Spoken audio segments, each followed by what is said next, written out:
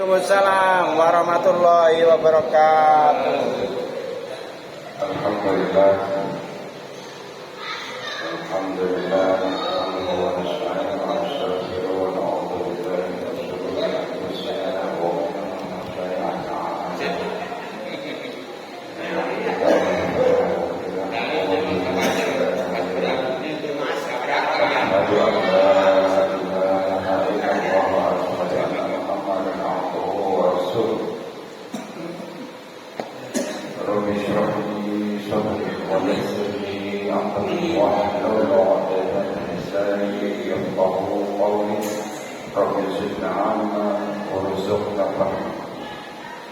Melanjutkan kaji kita untuk hari ini.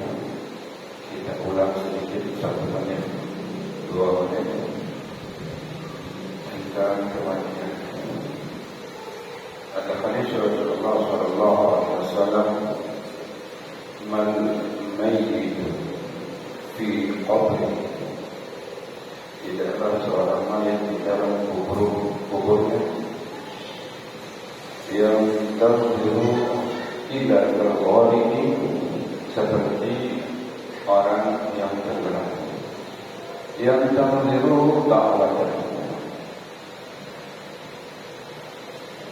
Dia menunggu doa daripada kalhaku min orang-orang yang berhak seperti anak,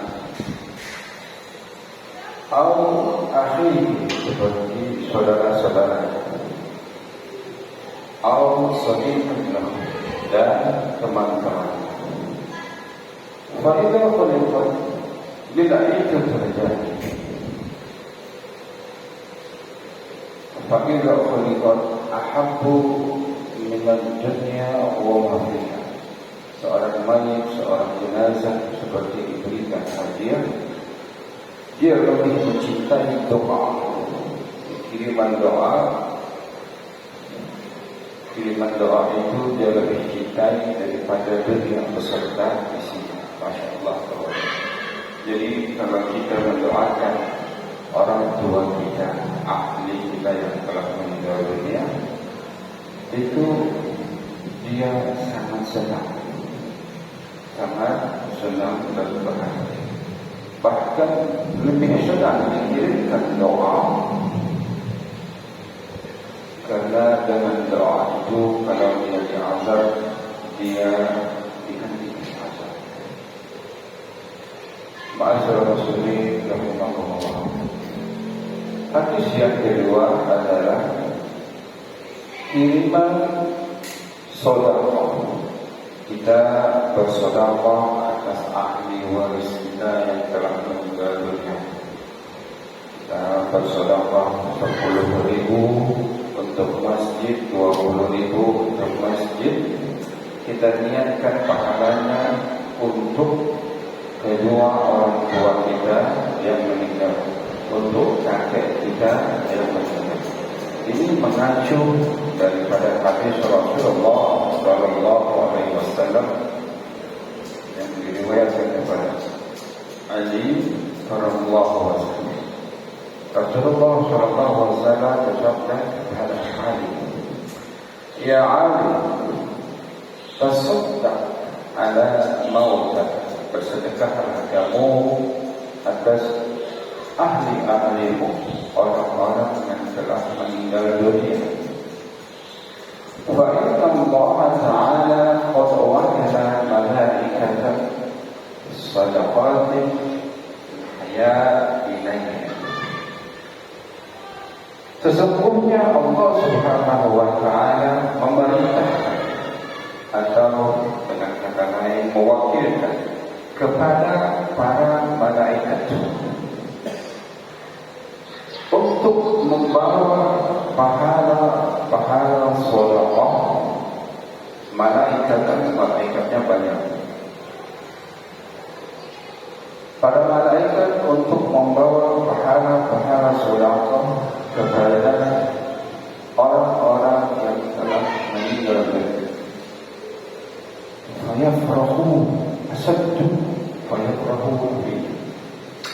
Orang-orang yang telah meninggal dunia dikirimkan pahala dari kita yang masih hidup, itu dia sangat bahagia. Bahagianya adalah melebihi dia waktu diberikan hadiah waktu hidup di dunia. Kemudian orang-orang yang telah meninggal dunia, karena kita kirimkan pahala sedekah, mereka memohonkan kepada Allah Subhanahu wa taala untuk keberkahan. Salah satunya adalah Allahumma ighfir liman nawwir quburan. Ya Allah, berikanlah keberkahan orang yang telah menerangi kubur. Imam Basyarul Fajr dengan kebahagiaan surga. Karena Basyaruna seperti mereka menerangi kuburku dengan pahala sedekah. Masyaallah muslimin rahimahullah. Mari kita lanjutkan dengan Islam itu agama yang adil.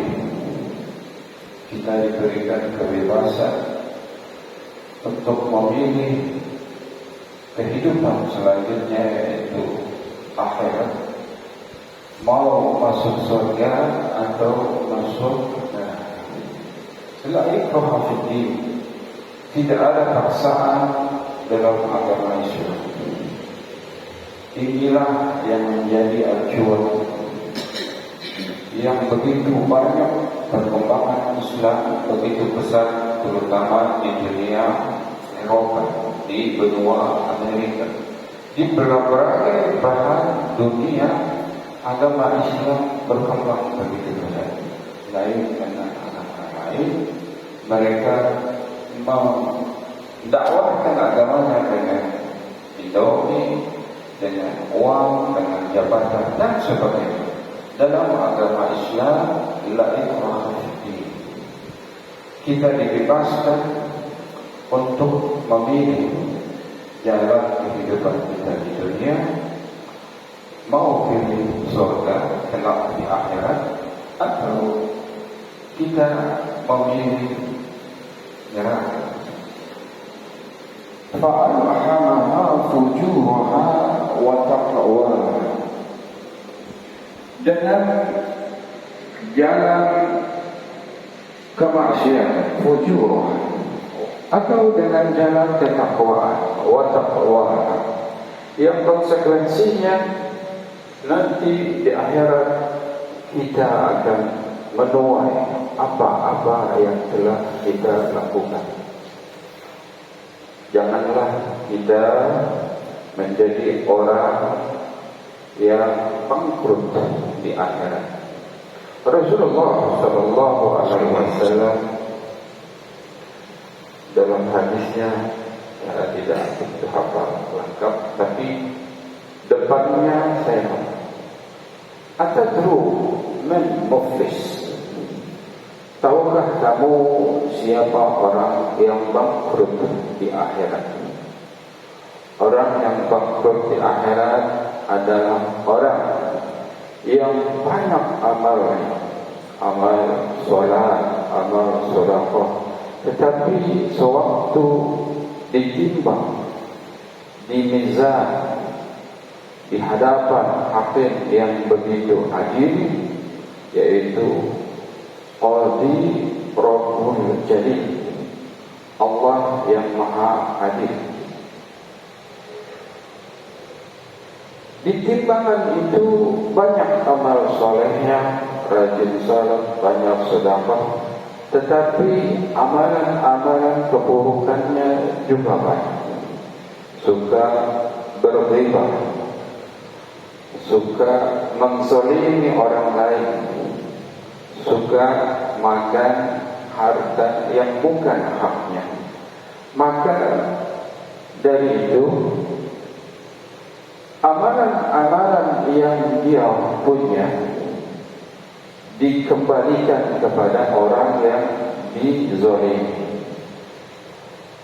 Bila amal-amalnya, amal kebaikannya telah habis, diberikan kepada orang yang dizalimi, orang yang digibahi, orang yang dibunuh, orang yang dirugikan, maka dosa-dosa daripada orang yang dizalimi itu akan diambil dan dilimpahkan kepadanya. Ma'asyiral muslimin rahimakumullah. Dalam kehidupan di dunia sekarang ini, berkali-kali saya katakan, hayat di dunia al-amal bila hisab. Kita beramal tanpa hisab sampai nanti kita pergi ke alam akhirat, di alam kubur, alam barzakh, atau di padang mahsyar, di hari pembalasan. Sekarang kita selalu beramal tanpa dihisab. Mau berbuat salah, mau berbuat baik, tidak ada hisab. Walakin fil akhirah, tetapi di kehidupan akhirat, fi hisab wala amal. Di kehidupan akhirat ada pembalasan, tidak ada lagi amal. Makanya selalu kita gaungkan tentang topik kematian, tentang kehidupan akhirat. Mungkin kita ini akan merasa bosan, tapi begitulah kehidupan di dunia ini sementara, sebentar saja. Karena dalam ayat Quran dijelaskan, inna yawma inda rabbika ka'alfin sanatin mimma tu'adun. Sesungguhnya sehari di kehidupan akhirat di sisi Tuhan adalah 1000 tahun. Kalaulah kita berumur 60 sampai 70 tahun, anggaplah 90 tahun. Kalau Rasulullah SAW 63 tahun. Kalau kita 80 tahun, 90 tahun, itu bonus. Itu kalau kita presentasikan dengan kehidupan akhirat, hanya 1,5 jam saja di kehidupan akhirat. Begitu singkat. Tapi ingat, harus kita jadikan ibrah, harus kita jadikan pelajaran. Di dunia kita punya amal tanpa hisab, tapi di akhirat hisab wala amal. Ada pembalasan tanpa lagi kita bisa memperbaiki amal-amal yang kurang kita lakukan. Janganlah kita puas dengan banyaknya kita beribadah, banyaknya kita puasa, banyaknya kita bersedekah. Orang yang ahli ibadah saja, anggaplah ajaran kiai, ulama, umara, habib, mereka begitu menyesal bila pergi ke akhirat. Walaupun mereka ahli ibadah, karena apa? Karena belum banyak yang mereka lakukan, serasa masih kurang saja. Apalagi kita yang orang awam,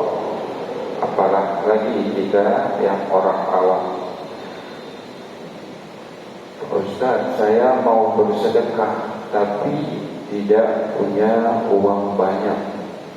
Sedikit saja kita punya harta, itu haruslah kita syukuri. Para ulama mengatakan maqala wa kafa khairun, sedikit itu cukup. Maqala wa kafa khairun wa kathur fa'ala. Ini ulama-ulama mengatakan seperti ini. Sedikit saja cukup dan harus disyukuri. Harus disyukuri. Daripada banyak tapi membuat lengah. Ini berangkat daripada sahabat Rasulullah SAW, Sa'alabah. Sa'alabah sewaktu dia miskin, dia pergi sholat dengan baju satu. Setelah sholat dia tidak berzikir, langsung pulang karena bajunya hendak dipakai oleh istrinya. Kemudian ditegur oleh Rasulullah SAW. Sa'alabah, kenapa sehabis sholat kau tidak berzikir dulu, langsung pulang? Wahai Rasulullah, aku akan berzikir, tetapi istriku menunggu di rumah karena baju yang aku kenakan akan dikenakan oleh istriku. Dia berdoa memohon kepada Rasulullah SAW untuk didoakan supaya banyak rezekinya, supaya menjadi orang kaya. Tetapi setelah dia kaya raya, enggan membayar zakat, enggan bersedekah. Dia mengatakan ini adalah hasil dari upayahku. Auzubillah, summa auzubillah. Ma'asyiral muslimin rahimakumullah. Kata para ulama, betul, maqala sedikit, maqala wa kafa khairun min kathura fa'ala. Sedikit itu cukup daripada banyak tapi melengahkan. Kita harus bersyukur punya sandang pangan papan. Walaupun orang mengatakan kita orang miskin, tak apa. Karena nanti di akhirat kalau masuk surga, tidak akan masuk surga lebih dulu. Berdasarkan dari hadis Rasulullah SAW, al-fuqara yadkhulul jannata 500 'am qabla aghniya. 500 tahun sedikit atau banyak, Pak? Sedikit atau banyak? Banyak. Hadis Rasulullah SAW mengatakan kalau kita ikhlas menjadi orang ya cukuplah. Biarlah orang mengatakan kita orang miskin. Tapi kalau kita ikhlas ridha dengan ketentuan Allah, kita akan masuk surga lebih dulu ketimbang orang-orang kaya. Amin. Al-fuqara yadkhulul jannata 500 'am qabla al-ghniya.